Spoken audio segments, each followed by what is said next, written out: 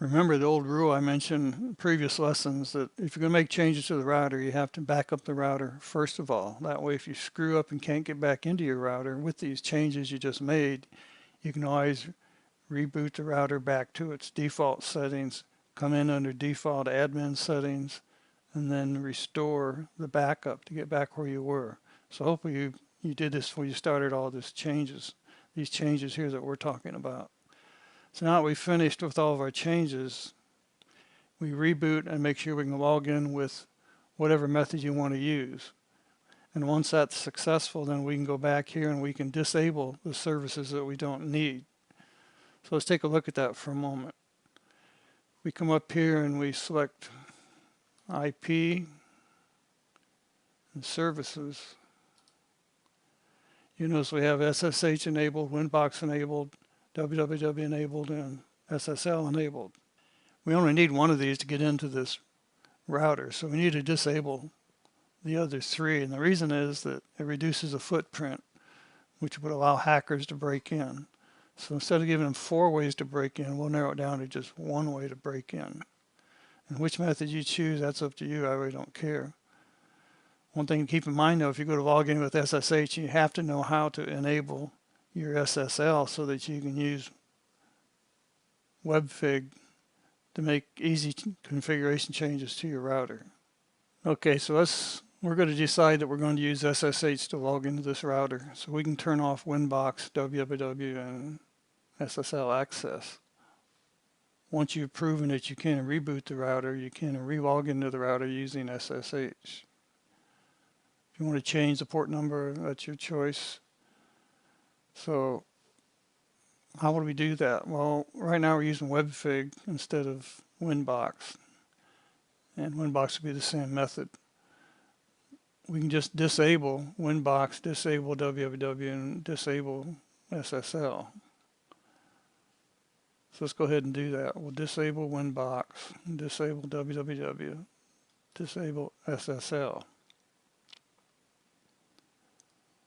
So now we go ahead and we log out of the router.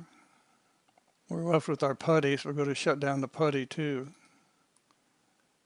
Yeah, I want to shut it down. And first we'll try to log in with our router, with our browser, HTTP access. And we're unable to connect. We can't connect because we've disabled the SSL function. We also cannot access it with a non-secure mode because that's also turned off. www service is disabled. Remember, these services are only for accessing the configuration changes of the router. They have nothing to do with the actual users on the router. Those functions still work. So we're going to start up our PuTTY again. Yours will be some kind of a terminal. And we open it up. Sure enough, I can still log in using SSH. So put in my password. Okay, so logged in. So now what do? We can't use our browser. We can't use WebFig. We can't use Winbox. So here we are, sort of stuck in a rut. What we have to do is know how to enable HTTPS or Winbox, whichever you want to use. So this, I've set up here some examples. Let's say we want to, this is how to disable things using the terminal. So we're going to enable the HTTPS service. You know, set it disable, yes, we'll disable it. So we're going to set this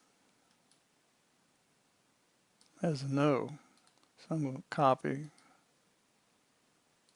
paste it in, I'll change this to no.